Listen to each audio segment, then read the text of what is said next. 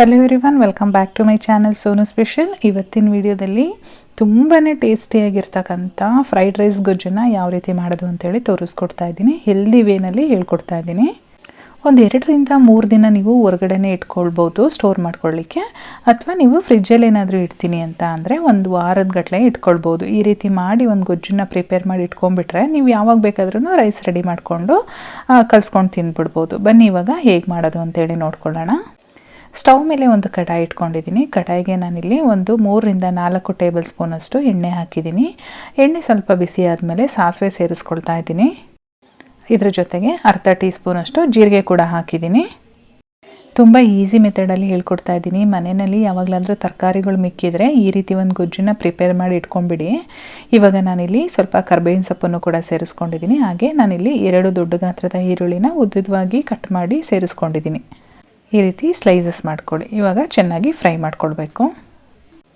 ನೀವು fried rice ಎಲ್ಲ ತಿನ್ನೋದಕ್ಕೆ ಹೊರಗಡೆ ಹೋಗೋದೇ ಬಿಟ್ಬಿಡ್ತೀರಾ. ಈ ರೀತಿ ಒಂದು ಗೊಜ್ಜು ಮನೆಯಲ್ಲಿದ್ದರೆ ಯಾವಾಗ ಬೇಕಾದ್ರೂ ಬಿಸಿ ಬಿಸಿ ರೈಸ್ ಮಾಡಿಕೊಂಡು ಸ್ವಲ್ಪ ಗೊಜ್ಜು ಹಾಕ್ಕೊಂಡು ಮಿಕ್ಸ್ ಮಾಡ್ಕೊಂಡು ತಿಂದ್ಬಿಡ್ಬೋದು. ಹಾಗಾಗಿ ಹೇಳ್ತಾ ಇದ್ದೀನಿ, ಮಾಡಿ ಇಟ್ಕೊಂಡಿರಿ ಅಂತ.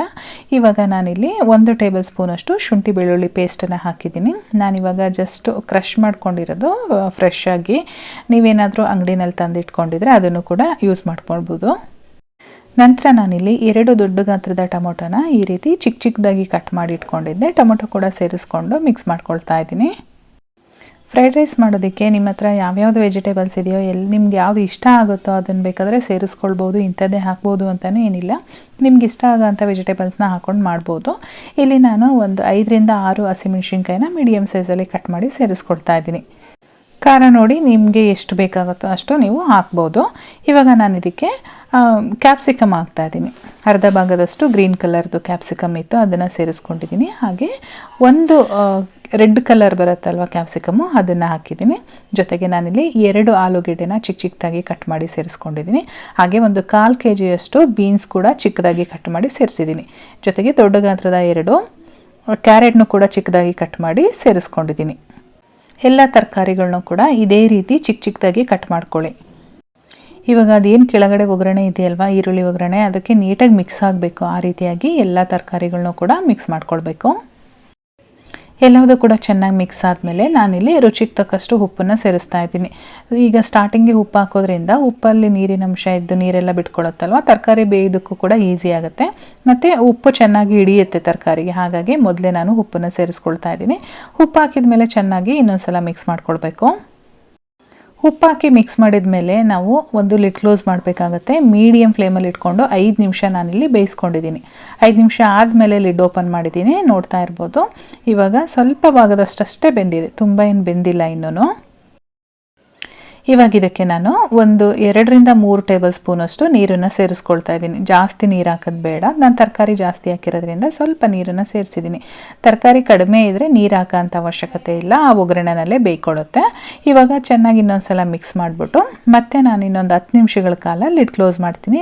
ಮಧ್ಯದಲ್ಲಿ ಲಿಡ್ ಓಪನ್ ಮಾಡಿ ನಾವು ತಿರುಗಿಸ್ಕೊಳ್ತಾ ಇರಬೇಕಾಗತ್ತೆ. ಇವಾಗ ನೋಡ್ತಾ ಇದ್ದೀರಾ ಅಲ್ವಾ, ಆಲ್ಮೋಸ್ಟ್ ತರಕಾರಿ ಚೆನ್ನಾಗಿ ಬೆಂದಿದೆ. ನಾನು ಹಾಕಿದ್ದು ಕ್ವಾಂಟಿಟಿಗಿಂತ ಸ್ವಲ್ಪ ಕಡಿಮೆ ಆಗಿದೆ. ಅಂದರೆ ಬೆಂದ ಮೇಲೆ ಎಲ್ಲ ಸ್ವಲ್ಪ ಶಿಂಕ್ ಆಗುತ್ತಲ್ವ, ಹಾಗಾಗಿ ಅದು ಸ್ವಲ್ಪ ಕಡಿಮೆ ಆಗಿದೆ. ನಾನಿವಾಗ ಚೆಕ್ ಮಾಡ್ತಾ ಇದ್ದೀನಿ ಬೆಂದಿದೆಯಾ ಇಲ್ವಾ ಅಂತೇಳಿ. ಆಲ್ಮೋಸ್ಟ್ 90% ತರಕಾರಿ ಚೆನ್ನಾಗಿ ಬೆಂದಿದೆ. ಸಾಮಾನ್ಯವಾಗಿ ನಾವು ಫ್ರೈಡ್ ರೈಸ್ ಮಾಡಬೇಕಾದ್ರೆ ಒಂದು 80% ಬೇಯಿಸ್ಕೊಂಡ್ರೆ ಸಾಕಾಗುತ್ತೆ. ಇದು ನಾವು ಗೊಜ್ಜು ಪ್ರಿಪೇರ್ ಮಾಡಿ ಇಟ್ಕೊಳ್ಳೋದ್ರಿಂದ ನಾನು ಫುಲ್ಲಾಗಿ ನಾನು ತರಕಾರಿಗಳನ್ನ ಬೇಯಿಸ್ಕೊಳ್ತೀನಿ. ಇವಾಗ ಇದಕ್ಕೆ ಒಂದು 1/4 ಟೀ ಸ್ಪೂನಷ್ಟು ಅರಿಶಿನ ಪುಡಿ ಸೇರಿಸಿದ್ದೀನಿ. ಜೊತೆಗೆ 1 ಟೇಬಲ್ ಸ್ಪೂನಷ್ಟು ಗರಂ ಮಸಾಲ ಪೌಡರ್ನ ಹಾಕಿದ್ದೀನಿ. ಇದಕ್ಕೆ ಮೇಯ್ನ್ ಇಂಗ್ರೀಡಿಯೆಂಟ್ ಬಂದೆ ಗರಂ ಮಸಾಲ ಪೌಡರು, ಅದೇ ಇದಕ್ಕೆ ಟೇಸ್ಟ್ ಕೊಡೋ ಅಂಥದ್ದು. ಯಾವುದೇ ಕಾರಣಕ್ಕೂ ಸ್ಕಿಪ್ ಮಾಡೋಕ್ಕೆ ಹೋಗಬೇಡಿ. ಗರಂ ಮಸಾಲ ಪೌಡರ್ ಹಾಕಿದ ಮೇಲೆ ಚೆನ್ನಾಗಿ ಮಿಕ್ಸ್ ಮಾಡ್ಕೊಳ್ಬೇಕು. ನಂತರ ಇಲ್ಲಿ ಒಂದು ಅರ್ಧ ಟೇಬಲ್ ಸ್ಪೂನಷ್ಟು ಪೆಪ್ಪರ್ ಪೌಡರ್ನ ಹಾಕ್ತಾಯಿದ್ದೀನಿ. ಕರಿಮೆಣಸಿ ಕಾಳು ಬರುತ್ತಲ್ವ, ಅದರದ್ದು ಪುಡಿ ಹಾಕ್ತಾಯಿದ್ದೀನಿ. ಖಾರ ನೋಡಿ ನೀವು ಹಾಕ್ಕೊಳ್ಬೋದು. ನಾನು ಹಸಿರು ಮೆಣಸಿನ್ಕಾಯಿನೂ ಹಾಕಿದ್ದೀನಿ, ಮತ್ತು ಈಗ ಪೆಪ್ಪರ್ ಪೌಡರ್ ಜಾಸ್ತಿ ಹಾಕ್ಬಿಟ್ರೆ ತುಂಬ ಖಾರ ಆಗಿಬಿಡುತ್ತೆ. ಹಾಗಾಗಿ ಅರ್ಧ ಸ್ಪೂನ್ ಅಷ್ಟೇ ಹಾಕಿದ್ದೀನಿ. ನೀವು ಬೇಕು ಅಂದರೆ ಖಾರದ ಪುಡಿನೂ ಕೂಡ ಆ್ಯಡ್ ಮಾಡ್ಕೊಳ್ಬೋದು. ಎಲ್ಲದನ್ನು ಹಾಕಿ ಚೆನ್ನಾಗಿ ಮಿಕ್ಸ್ ಆದಮೇಲೆ ನಾನು ಮತ್ತೆ ಒಂದು 5 ನಿಮಿಷಗಳ ಕಾಲ ಲೋ ಫ್ಲೇಮ್ ಮಾಡಿಬಿಟ್ಟು ಲಿಡ್ ಕ್ಲೋಸ್ ಮಾಡಿ ಬೇಯಿಸ್ಕೊಂಡಿದ್ದೀನಿ. ಇವಾಗ ಎಲ್ಲದೂ ಕೂಡ ಚೆನ್ನಾಗಿ ಬೆಂದಿದೆ. ಲಾಸ್ಟಲ್ಲಿ ನಾನು ಕಟ್ ಮಾಡಿರ್ತಕ್ಕಂಥ ಕೊತ್ತಂಬರಿ ಸೊಪ್ಪನ್ನು ಸೇರಿಸ್ಕೊಂಡು ಚೆನ್ನಾಗಿ ಮಿಕ್ಸ್ ಮಾಡ್ಕೊಳ್ತಾ ಇದ್ದೀನಿ.